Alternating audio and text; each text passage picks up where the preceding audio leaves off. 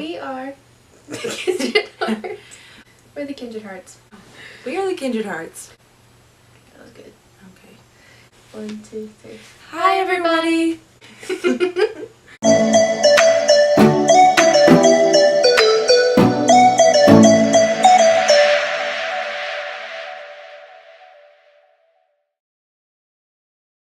Today we are going to tell you a bit more about our story and how we met. Hopefully you'll know us a bit better by the end of this video. My name is Callie. My name is Brooklyn. And we're best friends. True. Let's start with how we met. Brooklyn and I actually met on Twitter. We met in this group of online community for women called Firework People. Brooklyn slid into my DMs. She really liked my heart for the things that we were talking about, and I really liked hers. She totally ignored me. She says that now, but she totally ignored me at first. I always forget until she brings it up, I guess. I slid into her DMs and was like, hey, we should be friends, and she ignored me. No response back, and I was like, fine, maybe we don't need to be friends then. But then I was like, 6 months later, I was like, okay, yeah, we need to be friends. Need to be friends. So I messaged her again on Facebook and was like, I wasn't kidding. We actually need to be friends. We actually need to be friends. And then she responded back with, oh, I don't use Facebook Messenger, so here's my phone number so you can hit me up. And I was like, oh, so now you want me to hit you up? I did it. After a year later. So I did, obviously, because I wanted to be friends with her. She did. And we've been friends ever since. It was January 2017, and Brooklyn and I were chatting, and she's like, hey, you should come to Canada. And I was like, yeah, I should. I've always loved Canada, but now I have a chance to actually go. And so my parents blessed me. They actually bought me a brand new car so that I would be able to drive up there safely. I think that was one of the very first parts of like, hey, the Lord actually sees us, and this is actually something from Him. Mm-hmm. And so He's been blessing our friendship ever since, and it all started, other than Twitter, with my parents buying me that car because I'm able to go up there.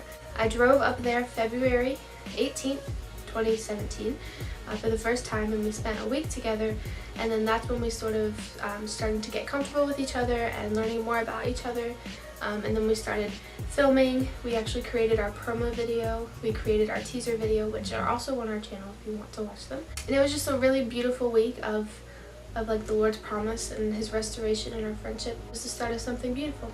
Yeah, we kind of look back on that week, and it was kind of our first ever Kindred Hearts ministry dedication time. Mm-hmm. And it looks so different than what our ministry time looks like now, but we really believe that that week was so needed. Mm-hmm. to like grow in our friendship and who we are, because it's funny, we look back to that week and our friendship is not the same as it was that week.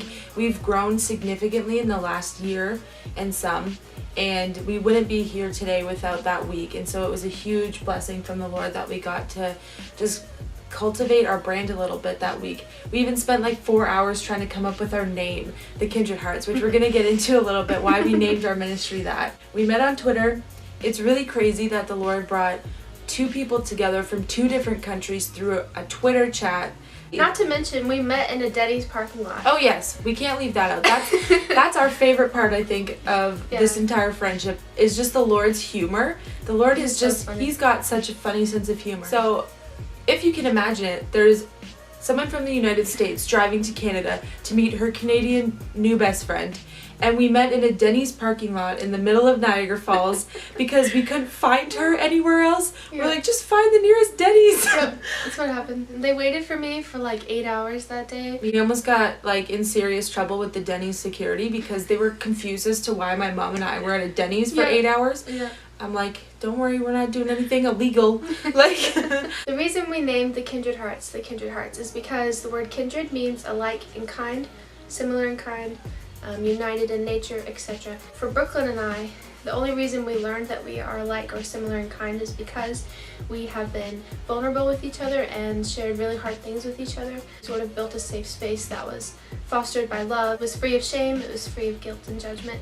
As we continue to create a safe space, and we really are so much alike. It's not just the things we tell each other, but it's also our stories, our past friendships, our past hurts, our passions. In this ministry, we get to use all of our passions. I get to be creative, and Brooklyn gets to hold her workshops and plan our events, and she gets to live up to her calling. Pretty much. My calling. We've always kind of believed that when the Lord brought us together in the way that he did, that it was obviously for so much more than just for the two of us. And so that's why we started this ministry, because the friendship that we have, it should not be rare in our society to have a friendship like the one that we have. It should be normal. It should be what everybody has. But sometimes we go into these friendships and we don't know how to navigate them. We don't know how to have awkward conversations. We don't know how to work through conflict. Like, if you think Kallie and I don't have conflict, you'd be wrong.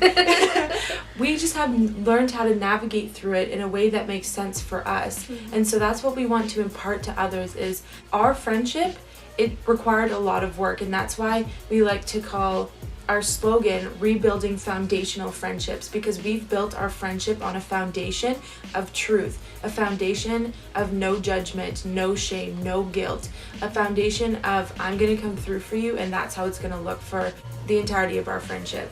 So building a friendship is kind of like building a house. Yes. You need a foundation in order for the house to withstand time and to withstand different seasons. And if you don't have that foundation, then when different things happen in our lives, even personally or to our friendship, we won't have that foundation to stand on and to say, you know what, we've been through this before and we can go through this again. So we believe that there are 3 things that you can obtain in a friendship like ours that is godly, it is life-giving, and it's fruitful. The first thing we believe that you can obtain in a friendship like ours, a sense of self-worth. We always call out each other's gifts and passions even when we forget to see them for ourselves. Also, always remind each other of our worth in Jesus. He always calls us lovely and beautiful, things like that. And so when you have somebody in your life consistently calling out that beauty in you, internally and externally, it always makes a difference, and you always start to remember it as time passes. It's like planting a seed. Brooklyn might tell us a little bit about how I planted seeds in her self-worth. Yeah. So when Kallie first came into my life, I had literally no self-worth. I have a really complicated history in terms of friendships, and I've had a lot of people speak really negative words over my life, either family members, friends, just people in passing, and I believed those words about myself. I believed that I wasn't worthy of love. I believed that I wasn't attractive or beautiful. I believed that I wasn't pursuing people well or loving people well, and that I wasn't worth anyone's time. And Kallie came into my life, and when she would first tell me these things, I'd be like, okay, like, sure. Sometimes I would get a no, but most of the time it's like, okay. Like, I'm glad you think this of me, but I don't believe you, so cool. So if you think that it took Kallie a month to break down these walls of lies, you are wrong. It took her, still till today, 3 years probably. She has made tremendous progress and growth. I hear Brooklyn, I've heard her say it many times just this week, wow, I love me, or I love myself. I really love myself, and that's like, it's such a gift to me to hear that. It's not even me doing this, it is the love of Jesus operating through me. I believe we love people best when we love like Jesus. Yeah. And it's taking that time to continuously speak truth over someone, saying you are worthy of love, you are worthy of my time, you are worthy of this friendship, you are worthy of this love.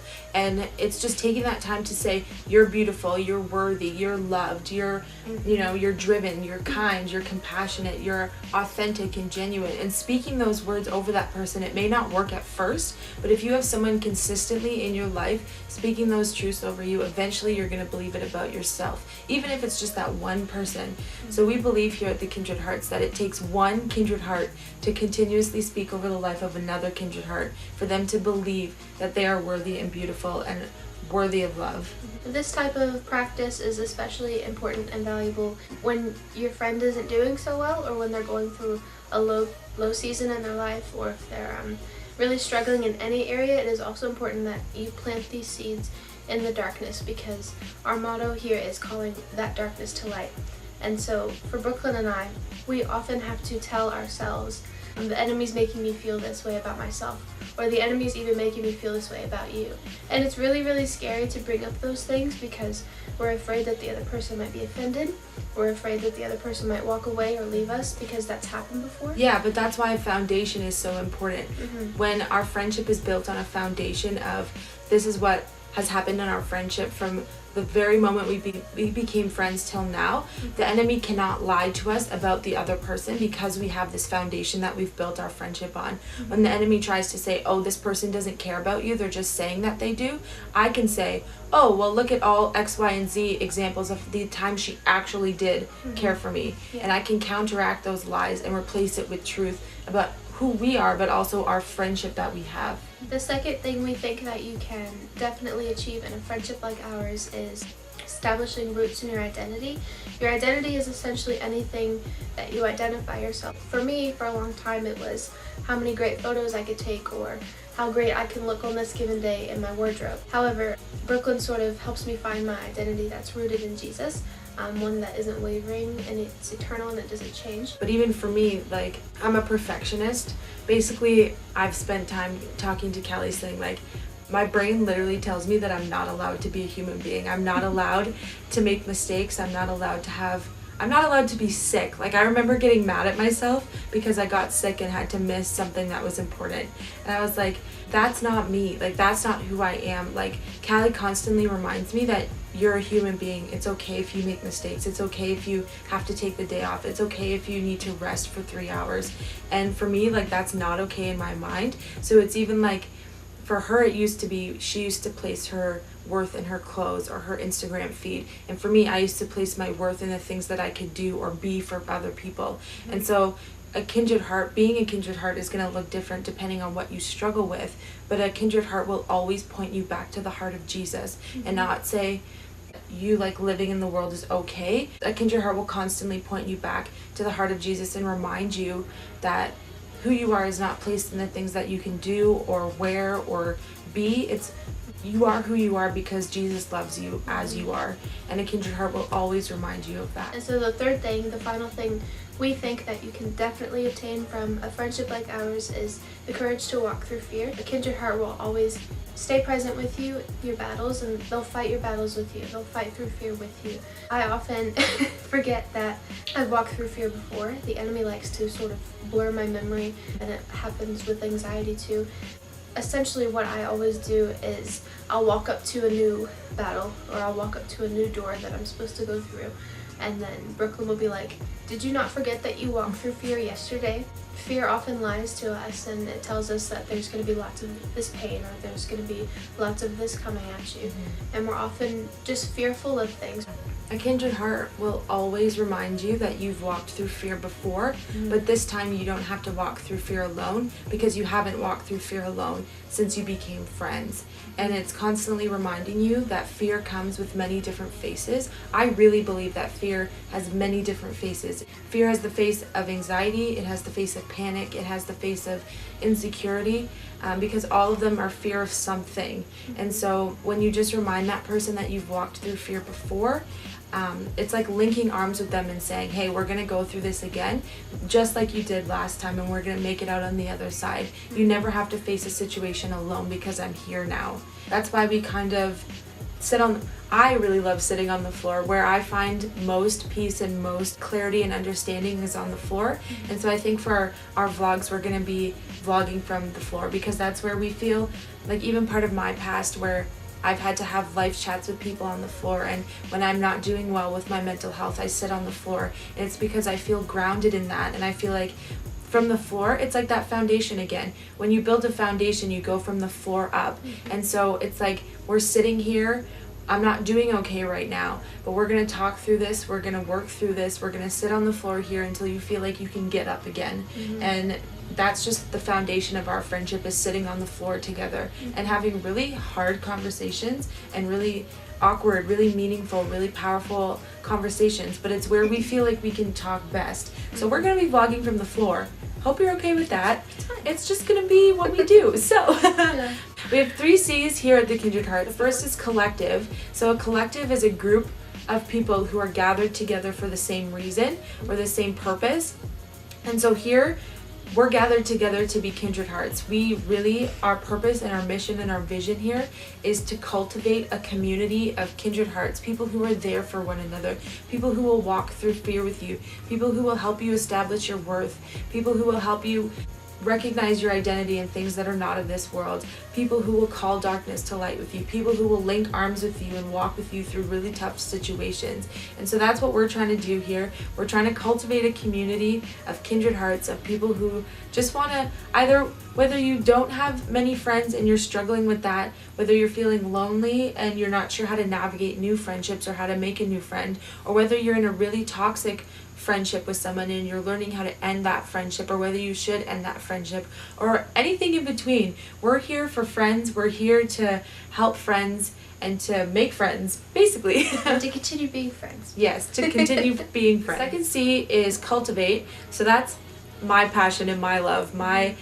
What I'm really passionate about is teaching people basically the same skills that we've had to learn through our friendship. Here at the Kindred Hearts, we want to run workshops. And so basically it's like, grab your best friend, come to our workshop, and we're gonna help you in anything that you need regarding friendship. So again, like we said, whether you want to get back to the basics of friendship, what a good friend looks like. We have a workshop called Friendship 101. We have a workshop called How to Deal with Jealousy in Friendship. We have workshops basically for anything that you need regarding friendship. The way you can find about where they are is on our social media feeds. It is. So we will post about when and where they are. Anybody can come, whether you have a really close friend, whether you are struggling with friendships, anybody can come, because we definitely have a workshop for you. The reason we chose the word cultivate is because oftentimes people will walk into a friendship and they'll expect it to kind of be easy, but there are so many things that go into making a good friendship and cultivating a good friendship. And if you don't cultivate or rebuild a foundation, then your friendship won't stand the test of time. So we chose the word cultivate because cultivating a friendship, that's what you have to do. You have to cultivate it. And it's not just you're gonna walk into it and expect everything to go well. It's you have to put work into it. And so that's what we're trying to teach at our workshops, is how to navigate friendships in a healthy and fruitful way. Okay. The final C for the 3 C's is capture, and this is kind of my jam. I have always wanted to be a photojournalist and tell stories, and I wanted to be a visual storyteller in that way, so I wanted to create short films and I wanted to take photos, and so I get to use that passion in this ministry. What my vision sort of looks like for it, and Brooklyn's as well, is that we are sort of restoring the hope in friendships, that friendships that are good and life-giving actually exist still, and they're still within your reach. So what we are going to do is we're going to tell stories of friendships that we have met or we have learned about that are still modeling what we believe here at the Kindred Hearts, and sort of carry the heartbeat of what our ministry looks like. Like Brooklyn said, whether it's you've learned how to end a toxic friendship, or you're beginning a new friendship for the first time, or maybe you're just learning about your worth in a new way in your friendship. Whatever that friendship looks like, we understand that the dynamics are different in friendships today. So what we are aiming to do is search for those friendships that really tell those stories well. Stories are definitely valuable and they deserve to be heard, but we also have to do something about it. I definitely believe that you can learn something from each person. We all have gifts, we all have something to bring to the table. So that's my vision for capture. And we have that hashtag I am a Kindred Heart. We do. We have a new hashtag for you guys. We are going to use it for capture purposes. So that hashtag is hashtag I am a Kindred Heart. And a way you can be a part of that is by sharing it on social media, by telling us your story, or maybe how you've learned to navigate some sort of challenge in your friendship, or maybe the Lord's restoring it in a certain way. We want to hear all of it, and we want to learn from you. We want to help you teach others about your friendship and why it's important, why you believe that it's good, and why you believe that it can help others. So that's who we are. I hope from watching this video you've kind of understand more why we named it the Kindred Hearts, what our passion is, what we believe in here. If you're interested in joining us, then please do. We love you all. We are cheering you on. We just genuinely cherish all of you. Follow us on Instagram if you don't already. Also, if you want to visit our website, we have put quite a lot of work into it, and it's quite beautiful. And it will tell you more about what we basically said here. It has everything written out, so if you wanted to process it more or read it more, our website is ready and up and chilling. It's chilling. Brooklyn designed it and it's beautiful, and I think it deserves lots of attention. Yeah. We're also thinking about starting apparel soon, in the near future. Basically tees that say Kindred Heart on them. And so it's just And we have hats. And we have hats. And one day we'll have buttons and stickers, which are and my ultimate keychains. favorite. We have big hopes for this ministry. We're just beginning. We're just starting out. The Lord has blessed us with this beautiful, beautiful gift. And He's brought us together in the most bizarre way for the most incredible purpose. And we're just extremely thankful that we have this beautiful gift and this beautiful ministry. And we want to do it justice. So if you have anything that you want to ask us, anything you want to tell us about your friendships, then please do. We can't wait to start interacting with you guys. We love questions and we treat you all as our friends. So we are here for you. We do sincerely care for you, and we hope to hear from you. Yeah.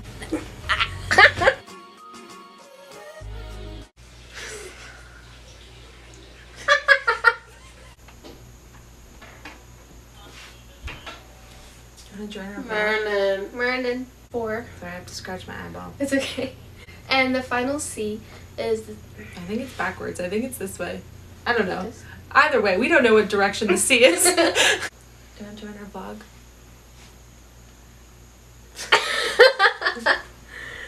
What a woman. It's alright.